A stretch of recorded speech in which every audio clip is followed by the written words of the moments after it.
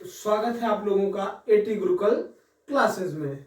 तो आज हम पढ़ने वाले हैं कक्षा 7 की भूगोल, है ना। कक्षा 7 की भूगोल पाठ 4 के प्रश्न उत्तर पढ़ेंगे आज हम।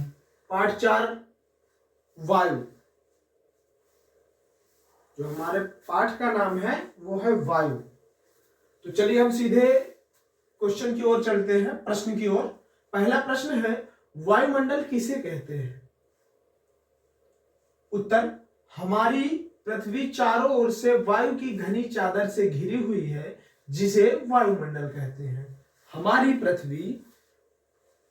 पृथ्वी चारों ओर से वायु की घनी चादर से घिरी हुई है, जिसे हम वायुमंडल कहते हैं। चलिए आगे बढ़ते हैं।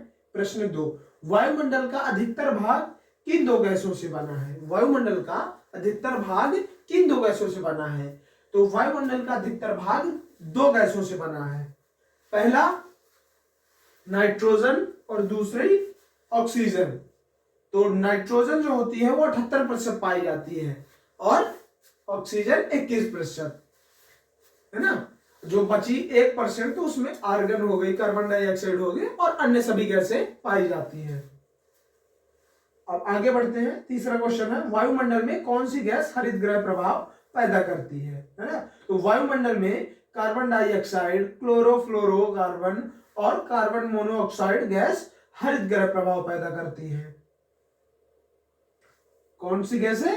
कार्बन डाइऑक्साइड, क्लोरोफ्लोरोकार्बन और कार्बन मोनोऑक्साइड गैस। ये गैसें हरित गृह प्रभाव पैदा करती है।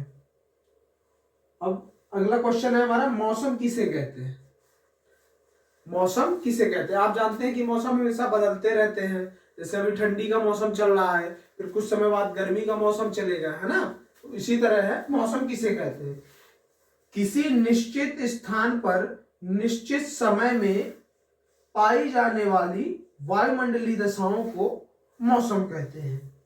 किसी निश्चित स्थान पर निश्चित समय में पाई जाने वाली वायुमंडलीय दशाओं को मौसम कहते हैं ना। देख लीजिए एक बार अच्छे से, स्क्रीनशॉट ले लीजिए।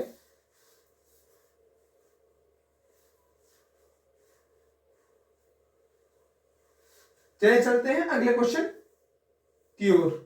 अगला प्रश्न है, 5वां प्रश्न है। अब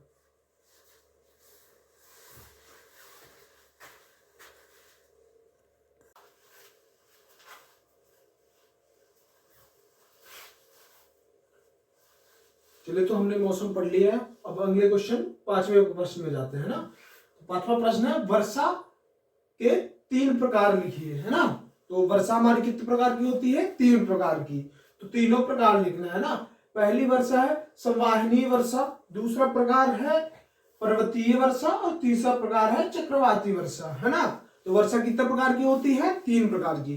पहली संवाहनीय वर्षा, दूसरी पर्वतीय वर्षा और तीसरी चक्रवाती वर्षा, है ना। अब आते हैं, चलिए आगे अपने अंतिम और 6वें प्रश्न पर, है ना।